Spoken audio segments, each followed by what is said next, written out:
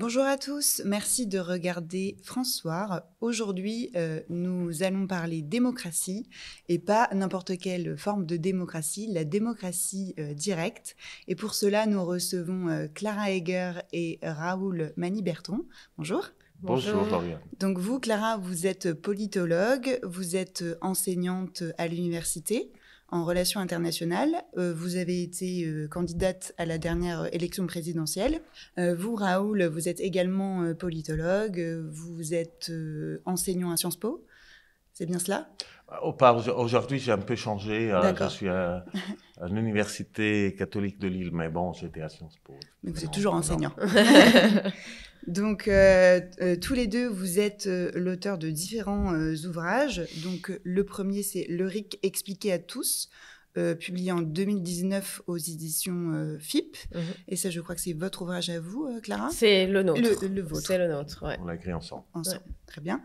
Il y a aussi Démocratie directe de vous, Raoul. Ensuite vient celui-ci pour que voter serve enfin le vôtre, Clara. Voilà, exactement. Aux éditions Studio Talma. Voilà.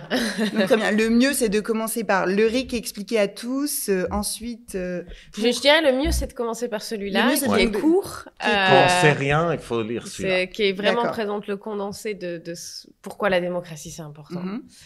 Et ensuite, oui, Le RIC expliqué à tous, c'est vraiment sur le référendum d'initiative citoyenne, ses effets, etc. Donc là, c'est un peu plus gros.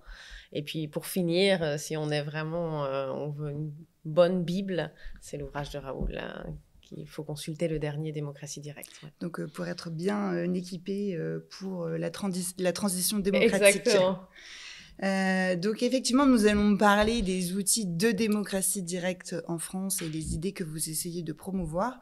Mais avant, il me semblait intéressant de faire un tour de l'état de la démocratie tout court dans notre pays, en France.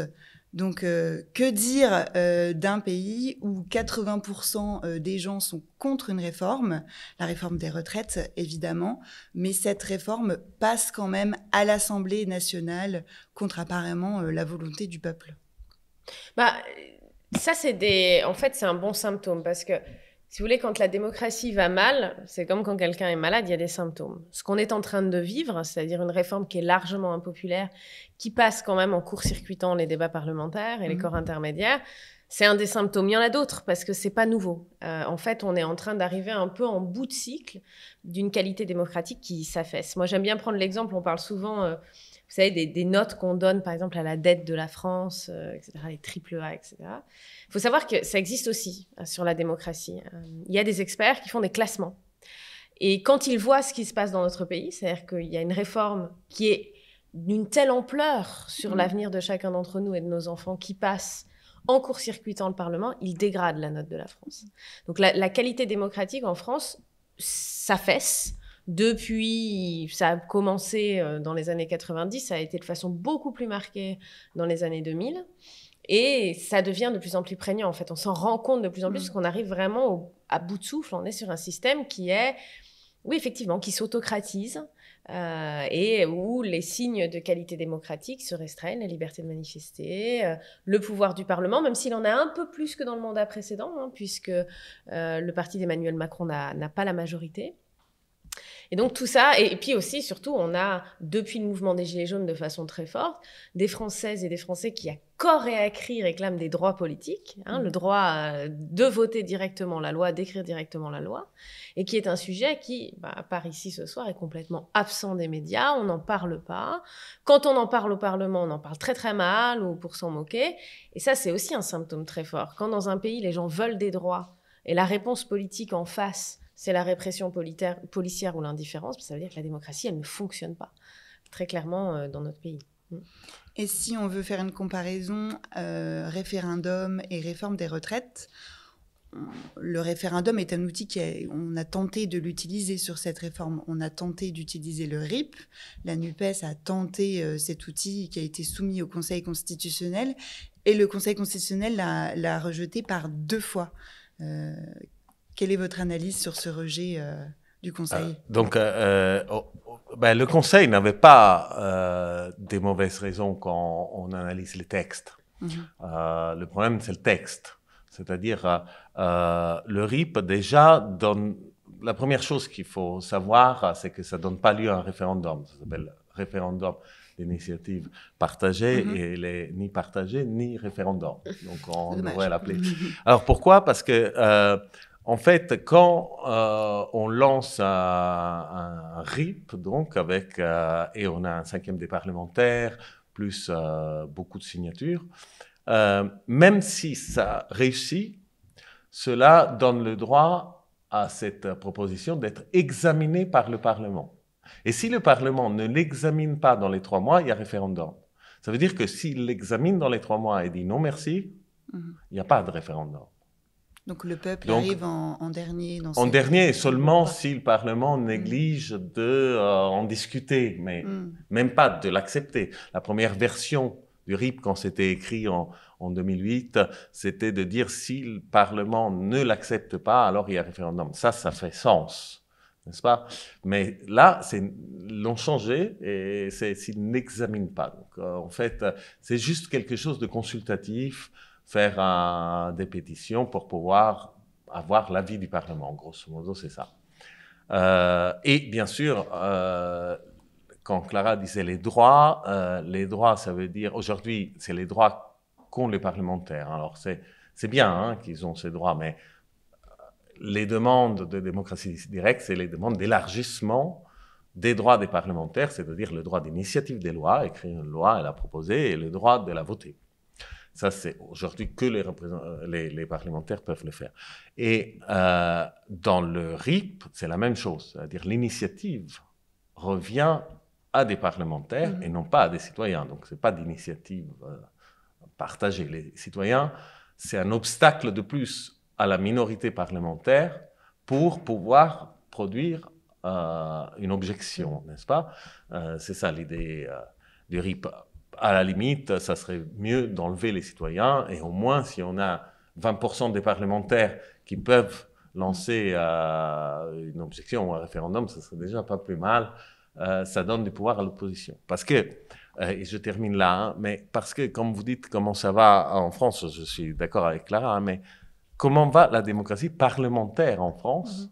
C'est ça aussi l'énorme problème qu'on a, même sans aller vers la démocratie directe, c'est que le Parlement, c'est-à-dire toutes les forces d'opposition, ont tellement zéro pouvoir qu'ils ne viennent même pas voter. Vous savez qu'au dernier mandat, le taux de participation au vote des parlementaires était 28%. Alors, on se plaint que les citoyens votent aux parlementaires seulement 50%, moins de 50%. Ben là, ils sont la moitié à voter en moyenne pour les lois.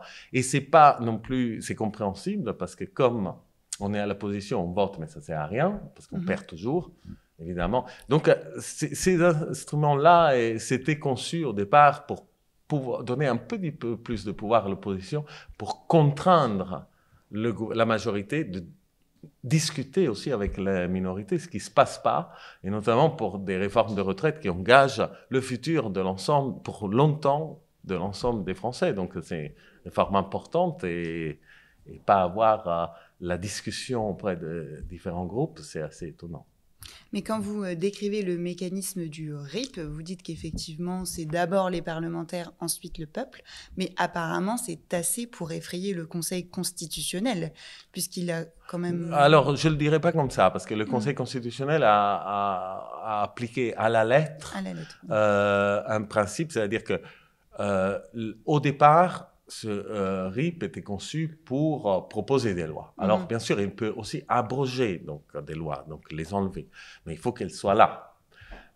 Alors qu'il a été utilisé avec l'aéroport de Paris et puis aujourd'hui comme un outil dont on aurait grand besoin, un outil suspensif. C'est-à-dire, avant qu'une loi arrive, il doit pouvoir empêcher que cette loi soit mise en place. Et donc, la première version, il a été rejeté parce que la loi n'était pas là. Donc, il ne peut pas changer abroger une loi qui n'est pas encore là. Vous voyez, en termes juridiques, oui, ça fait sens. C'était posé de telle façon en disant nous ne pouvons pas aller au-delà de l'âge de 62 ans pour partir à la retraite. Mais effectivement, au moment de la demande, la loi était toujours de 62 ans. Voilà. Donc, c'était pas, d'après moi, ce n'était pas une décision politique. C'est une application. Enfin, on pouvait l'appliquer autrement. Très direct du droit à la lettre. Mais je crois que là-dessus, c'est intéressant de se pencher sur le rôle qu'a joué le Conseil constitutionnel et ce qu'on en a attendu. Parce qu'on est sur un système démocratique qui est tellement bloqué, en fait, sur lequel les citoyens ont tellement peu d'influence, que ce soit via leurs parlementaires ou directement, qu'il y a des attentes qui sont parfois disproportionnées. Donc, quand j'ai vu les vidéos de manifestations devant le Conseil constitutionnel, je me suis dit, mais là, on fait des attentes de jugement démocratique dans un organe qui n'est pas là pour ça, en fait. C'est un organe qui applique à la lettre, alors à une marge d'interprétation qui est très conservatrice, alors ça, je le mettrai pas en cause, mais c'est pas le Conseil constitutionnel qui va dire que la démocratie va mal dans notre pays. Et d'ailleurs, Emmanuel Macron s'est empressé de dire, mais moi, j'agis à la lettre de la Constitution. C'est-à-dire, je ne vais pas au-delà de mes pouvoirs. Ce qui est intéressant, d'ailleurs, ça aussi, c'est un autre symptôme. C'est comme si, en fait, le simple fait qu'il dise « je vais jusqu'à la limite de ce que j'ai le droit de faire », ça montre qu'il y a un problème. Ça veut dire qu'en fait, on pousse le cadre le plus possible.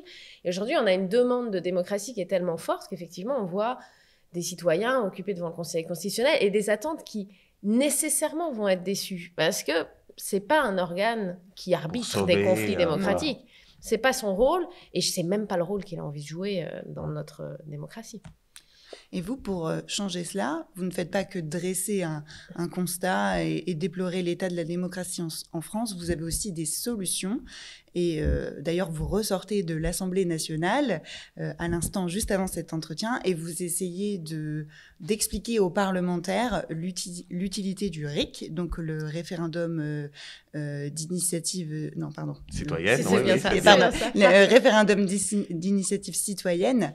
Donc, vous avez eu des discussions avec les parlementaires pour tenter de les convaincre du bienfait de ce nouveau mécanisme. Oui, alors c'est... Plus que ça, c'est le référendum d'initiative citoyenne, donc le RIC constituant. C'est-à-dire la possibilité pour chaque citoyen de proposer une révision constitutionnelle et s'il a suffisamment de soutien, nous on a 700 000, de pouvoir déclencher un référendum. Et dans cette formulation, ça implique également d'avoir toujours un référendum pour les questions constitutionnelles, même quand ça vient des parlementaires ou du président, c'est tout à fait possible. Donc, et on ne fait pas juste expliquer, parce qu'on a écrit la loi. Notre loi a été soumise au Parlement déjà par Jean Lassalle en 2021. Et elle est partie en pétition, elle a eu suffisamment de signatures pour pouvoir être examinée en commission des lois, donc on en a parlé, et elle a été classée avec des arguments qui sont, que tout le monde se pose, mais c'est intéressant de pouvoir informer un peu mieux sur les effets. Et puis après, on a resoumis une pétition qui est actuellement là et qui a fait, qui monte bien et qui, s'il atteint 10 000 signatures, elle va être réexaminée en commission, qui est une pétition qui concède des points aux objections des parlementaires qu'on peut trouver en ligne. Ils sont en ligne, on peut consulter leurs débats. Et effectivement, là, on collabore aussi avec d'autres parlementaires. Il faut voir que cette question du RIC, donc, comme disait Clara, de ces droits qu'on voudrait avoir et qu'on n'a pas, c'est quelque chose qui a quand même des... Généralement, les parlementaires, ils sont un peu hostiles parce qu'il s'agit d'un élargissement de leurs droits, mais qui fait beaucoup de bien d'ailleurs aux partis de l'opposition, parce que comme ça, ils peuvent avoir une force, une possibilité de s'opposer à ce que décide la majorité. Mais elle a des députés qui sont un petit peu sensibles à ça, à peu près dans toutes les forces politiques. C'est à chaque fois une petite minorité, mais moi j'ai identifié là, dans tous les partis, au moins un, sauf un parti que je n'ai pas encore trouvé, c'est c'est le parti d'Emmanuel Macron, là, En Marche. Même si on avait un, mais il a été expulsé. Mais tous les autres partis ont un intérêt. Ont des députés qui comprennent l'intérêt. Toujours très peu, hein. C'est pas tous, la majorité est hostile. Mais c'est intéressant de voir que c'est assez transversal. Oui, parce que cette première pétition qui avait été déposée, elle a été examinée donc en avril par la commission des lois. Donc, elle avait passé un certain seuil pour être examinée dans cette commission. Et c'est vrai que c'était intéressant de voir un petit peu la réaction de chaque parlementaire. D'autres pouvaient sortir des arguments plutôt pour dire que le RIC allait contre l'idée de la démocratie directe, représentative, puisque de toute façon, les parlementaires étaient élus au suffrage universel direct, donc le fait d'introduire un RIC constituant allait un peu contre le vote, l'élection finalement. Je crois que c'est l'exemple que vous donnez, il est très juste, parce que vous disiez expliquer aux parlementaires. Je pense que l'enjeu, il n'est pas là. Alors certes, il y a quelques parlementaires qui soutiennent, et encore heureux, parce que quand même, le référendum d'initiative citoyenne, c'est-à-dire le droit de pouvoir écrire directement des lois constitutionnelles et les voter directement, est soutenu par 75% des Français. Donc j'ai envie de dire encore heureux qu'on trouve 1 ou 2 parlementaires qui peut-être seraient prêts à le soutenir. Si notre démocratie fonctionnait bien, on devrait avoir 75% du Parlement qui dit bien sûr, évidemment, si c'est tellement consensuel, faisons-le. Un des enjeux très forts avec le RIC constituant, c'est que c'est très difficile aujourd'hui, pour un élu tel qu'il soit, de dire « la démocratie, j'aime pas trop ça. J'ai quelques problèmes avec ça ». Donc qu'est-ce qu'on fait? C'est qu'on n'en parle pas.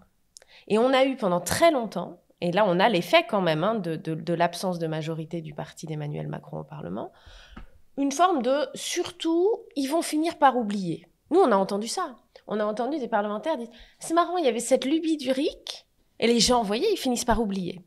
Donc l'idée d'avoir des pétitions, l'idée de parler de ça, c'est de contraindre à ce que le débat se fasse et les choses soient dites. Et qu'on puisse entendre aussi ce que pensent les parlementaires. C'est-à-dire qu'on a eu, par exemple, au moment de l'examen de la proposition, un parlementaire qui a dit « mais ça, faut pas se leurrer, ça vise à complètement enlever le pouvoir des élus. » Oui, c'est un des points. C'est un outil pour que les citoyens aient plus de pouvoir. Donc, ça va en enlever. Donc, c'est important aussi que ces arguments-là ils soient visibles dans l'espace public et qu'on puisse enfin parler de ça, parce qu'il est quand même complètement anormal qu'une mesure qui soit soutenue par 75% des gens ait tellement de difficultés à être visible. Ça devrait être... Là, on parle par exemple de la crise démocratique. C'est la première mesure, le RIC constituant, même parmi toutes les façons possibles de changer la Constitution, un des derniers sondages a montré que c'est celle que les personnes préfèrent, parce que c'est celle qui donne des droits à chacun de nous, on pourra y revenir. Donc c'est important qu'on puisse entendre les arguments qui sont donnés sur ce sujet. C'est très, très important. Vous pensez que les Français sont plus favorables à adopter le RIC constituant plutôt que de changer de forme de république? Ça, c'est le sondage dont parle Clara, qui a été publié par Opinionway, qui a un institut de sondage, était précisément là-dessus. Il y avait une première question sur est-ce que vous pensez qu'il faut changer notre constitution? Et la réponse était 82% des gens sont favorables à changer la Constitution. Donc c'est énorme, mais évidemment, dans les 82, ils ne sont pas d'accord. On n'est pas d'accord forcément sur comment la changer, mais c'est utile de le savoir. Et ensuite, la deuxième question est, quelle est la meilleure méthode pour la changer? Alors, il proposait une commission transpartisane, une commission tirée au sort, constituante tirée au sort, le troisième, je ne sais plus ce que c'était, et puis le RIC constituant. Et des 4, le RIC constituant est arrivé loin devant, en fait. Donc, en fait, c'est quelque chose qui commence à être connu, parce que ce n'est pas comme si on l'a inventé, hein. Ça existe ailleurs, ça marche très, très bien. Donc, effectivement, il y a ces arguments-là qui sont assez erronés, parce que une des premiers éléments qui a été porté là en commission, c'est de dire qu'on veut opposer les élus et les citoyens. Mais en fait, quand sur les questions les plus fondamentales, qui sont les questions de notre avenir constitutionnel, les orientations principales. On dit qu'on veut élargir ce droit à tous les citoyens, ça inclut les élus, bien sûr. Et la plupart du temps, c'est même les élus qui ont plus de chances de recueillir 700 000 citoyens. Donc en fait, c'est pas qu'on oppose. Les élus, pour nous, c'est des citoyens aussi. Et on a besoin que ce droit soit accessible à tous. Par contre, quand on dit qu'on oppose les élus et les citoyens, moi je trouve que c'est un mauvais signe aussi, un mauvais signal, parce qu'en réalité, c'est les opposer que de le dire, non? De considérer qu'on les considère comme autre chose que notre charmant concitoyen avec qui on voudrait pouvoir décider ensemble des choses importantes. Typiquement, la réforme des retraites, encore une fois, c'est un élément qui est assez flagrant parce que ça nous engage pendant très longtemps. Et donc, imaginez, demain, il y a une alternance, un autre parti. L'alternance, c'est bien pour la concurrence, mais pour ces décisions qui nous engagent longtemps, si l'autre parti rechange la réforme des retraites, ça veut dire qu'on n'a aucune politique stable sur les grandes orientations du pays. Quand on fait voter les gens, ça a l'avantage de stabiliser très fortement ces choses-là. Donc, c'est quelque chose qu'il faut voir, et je pense que les parlementaires doivent encore comprendre aussi leur intérêt à fonctionner un tout petit peu comme ça. Ça permet aussi d'épaissir, comme disait Clara, le Parlement, de faire en sorte que chaque parlementaire peut avoir une réelle activité et que le gouvernement est obligé de consulter les gens avant de passer une loi, parce que sinon, elle tombe. Donc ça, c'est le plus important, même avant de voter. C'est la menace d'un référendum qui change un petit peu le comportement des gouvernants dans notre pays. Je crois que le soutien, peut-être là-dessus, le soutien aux RIC constituants, c'est un très bon marqueur du niveau de pouvoir qu'un élu a dans le système politique actuel. Et à travers l'histoire, les pays qui l'ont eu, ça a été défendu à un moment par des grands mouvements sociaux appuyés par des partis politiques qui étaient des partis qui avaient très peu de chances d'accéder au pouvoir. Donc par exemple, aujourd'hui, les poches de soutien pour le RIC constituant parmi les élus, c'est les élus ruraux. Ceux qui sont maires de petites communes, qui n'ont plus de moyens. En fait, on a des communes qui se désertifient, il n'y a plus de services publics. Le maire se retrouve à passer la tondeuse, à la payer parfois avec un crédit sur ses biens personnels. Ce sont des élus qui sont très en faveur du RIC constituant parce qu'ils se rendent bien compte que la politique ne se fait pas avec eux. Et aujourd'hui, notre système politique, c'est un système politique à créer un petit nombre de grands gagnants et un grand nombre de perdants. Les citoyens, bien sûr, mais plein d'autres. Les petits élus ruraux, les associations qui essayent de faire valoir leur opinion et qui les députés minoritaires qui n'auront jamais accès au pouvoir. Minoritaire, mais il ne faut pas qu'ils soient trop près d'avoir le pouvoir. Dès qu'un parti arrive très proche du seuil de gagner une élection, elle a gagné bien, ça devient plus timide. On a vu ça par exemple en Allemagne. Le Parti vert était des grands défenseurs du RIC, qui n'était pas constituant à l'époque, mais au niveau national, ils l'ont au niveau local en Allemagne. Et à partir du moment où le Parti vert est devenu assez fort pour prétendre gagner et contrôler le Parlement allemand, le RIC a disparu. Est sorti du programme, directement. Parce qu'une fois qu'on est proche d'avoir le pouvoir, le partager, c'est plus difficile. Surtout quand on l'a attendu longtemps, qu'on a été un parti qui a attendu longtemps d'accéder au pouvoir. Et si aujourd'hui le RIC constituant entre en vigueur, qu'est-ce que vous pouvez peut-être expliquer à nos auditeurs ce que ça va changer dans leur vie concrètement? Oui, si on prend, c'est assez facile, par exemple, sur la dernière réforme des retraites ou la question des aéroports de Paris. Quand il y a une loi qui est si impopulaire, le RIC constituant, ça permet de protéger un domaine en le constitutionnalisant.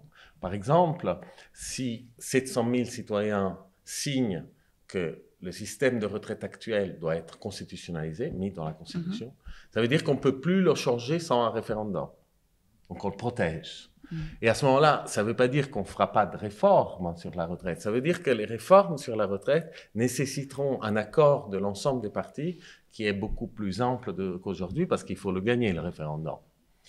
Voyez. Donc ça, c'est une manière de protéger. Les aéroports de Paris, c'est pareil. On peut imaginer de constitutionnaliser ça en disant que la vente de services publics doit se faire obligatoirement avec l'accord référendaire.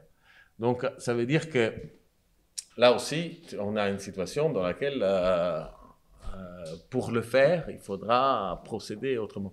Donc, et sans parler du 49.3 qui existe dans notre Constitution et qui le permet, qui normalement, comme dit Clara, hein, le 49.3, c'était une procédure pour débloquer des situations. C'est pas une procédure pour légiférer normalement, voire sur des lois aussi importantes. C'est une procédure. Donc, si on abuse de ces choses-là, ça entraîne forcément que ça marche pas bien par rapport à comment il était conçu.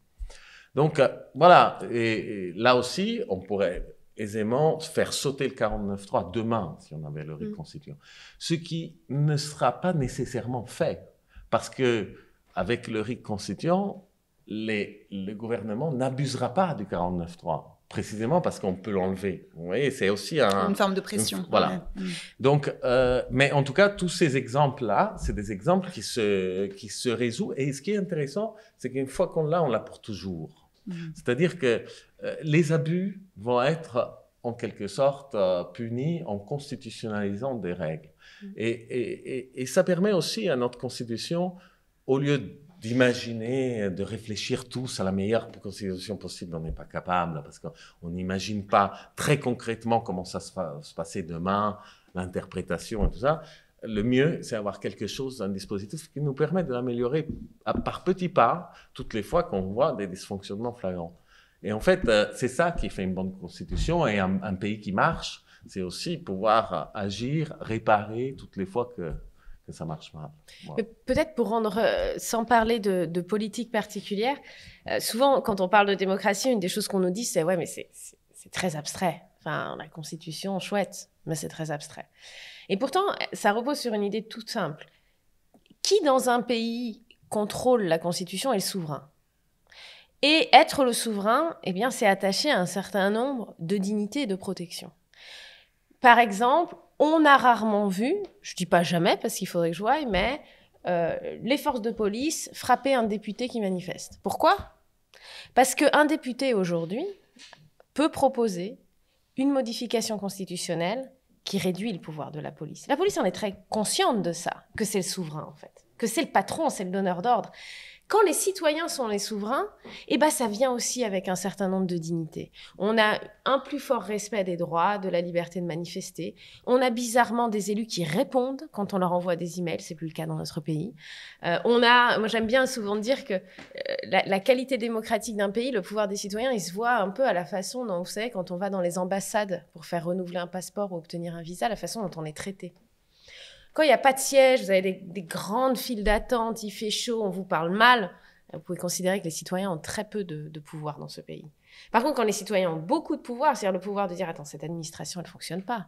Il faut tout changer, là, ça ne va pas, on ne peut pas traiter les gens comme ça. » Donc, vous allez voir que le niveau de respect qui sera attaché à chacun de nous sera bien plus élevé. Et ça, dans la vie quotidienne, en fait, ça change la vie. Surtout, on fait tous, je crois, l'expérience qu'aujourd'hui, quand on est citoyen, on n'est pas bien traité. Pour avoir le service des impôts, ils répondent jamais, c'est très compliqué, ils font des erreurs qu'ils ne veulent pas changer.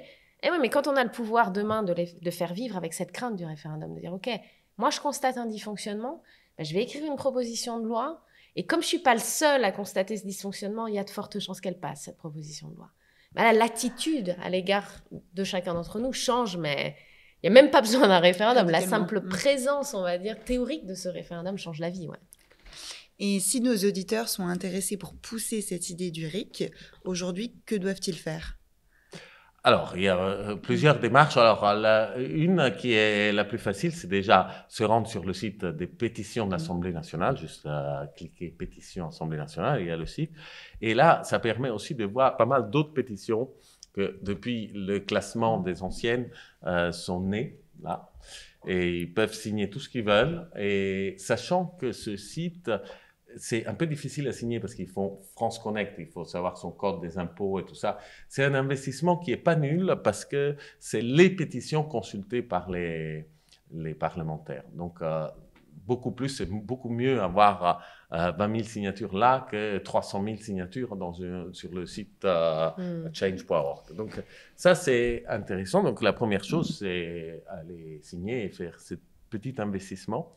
Après, nous avons un collectif très sympa qui travaille là-dessus, qui s'appelle Espoir RIC. Et là, c'est pas compliqué de nous contacter dans les réseaux sociaux, Facebook, ou voir sur le site directement.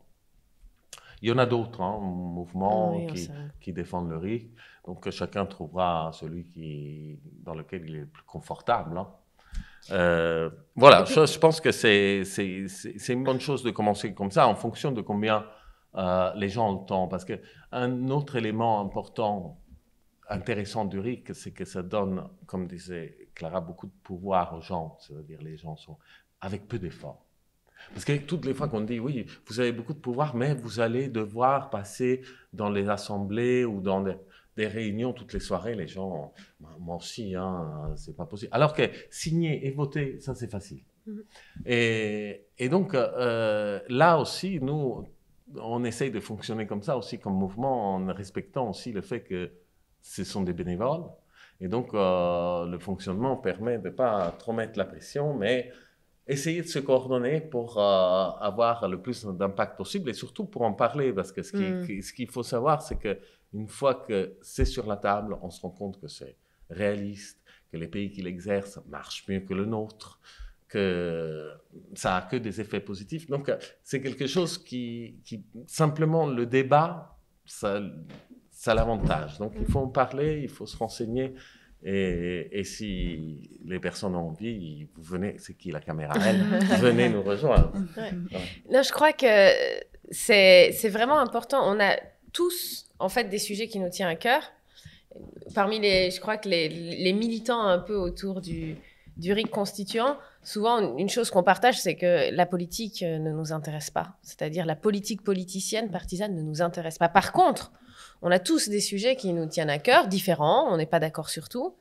Et je crois qu'il faut vraiment réussir, si on veut retrouver du pouvoir dans notre pays, il faut cesser de se diviser sur 10 000 sujets. Et il faut marteler une seule chose qui est, on veut décider. Maintenant, ça suffit. Et les mouvements qui ont réussi à obtenir plus de droits, c'est ceux qui ont réussi à faire ça. C'est-à-dire qu'ils sont restés soudés sur le fait de dire non, on n'est pas achetable avec 100 € de plus à la fin du mois. On n'est pas achetable avec une petite mesurette de soutien du pouvoir d'achat. C'est ça qu'on veut. Ce qu'on veut, c'est décider. Après, vous savez, on se chargera, nous, d'être heureux s'il faut. Mais c'est très important de le marteler. Et puis après, voilà, si des personnes qui nous écoutent sont à l'aise d'aller voir leur maire, toute l'idée de la campagne présidentielle qu'on a portée, c'était de dire, aujourd'hui, si vous voulez soutenir le pouvoir des citoyens, il y a une alternative. Il y a un groupe de citoyens qui n'a aucun lien avec aucun parti, aucun capital médiatique et financier, qui est là et qui porte uniquement ça. Pour vraiment que ce soit visible, pour que les autres candidats soient obligés de se positionner sur ce sujet. Eh bien, j'ai envie de dire, ce travail-là, il continue. Il faut aller voir le maire et dire, mais monsieur le maire, vous avez parrainé qui à la dernière présidentielle ? Et sur la question du RIC constituant, concrètement, vous faites quoi pour porter le pouvoir des gens? Il faut vraiment faire ce travail de dire, ce pouvoir de décision, on veut en parler, c'est important, c'est une mesure qui nous rassemble, et il faut qu'elle soit visible et qu'elle soit martelée. Et si, voilà, certains disent, je ne comprends pas bien le caractère très concret, il y a plein, effectivement, de mouvements sur le RIC qui produisent beaucoup de matériel là-dessus et qui peuvent en parler. Mais je crois qu'on réussira quand il y aura cette grande union pour reprendre les choses en main ensemble, en fait. En tout cas, c'est un très beau message que vous portez tous les deux. Et si nos auditeurs sont intéressés, évidemment, ils retrouveront tous les liens nécessaires dans l'article accompagnant cette vidéo. En tout cas, merci beaucoup d'être venu nous parler de cette initiative. Merci à vous. Et merci aux auditeurs de France Soir d'avoir écouté cet entretien. N'hésitez pas à partager sur tous vos réseaux sociaux si cet entretien vous a intéressé. Au revoir. Merci. Au revoir. Au revoir.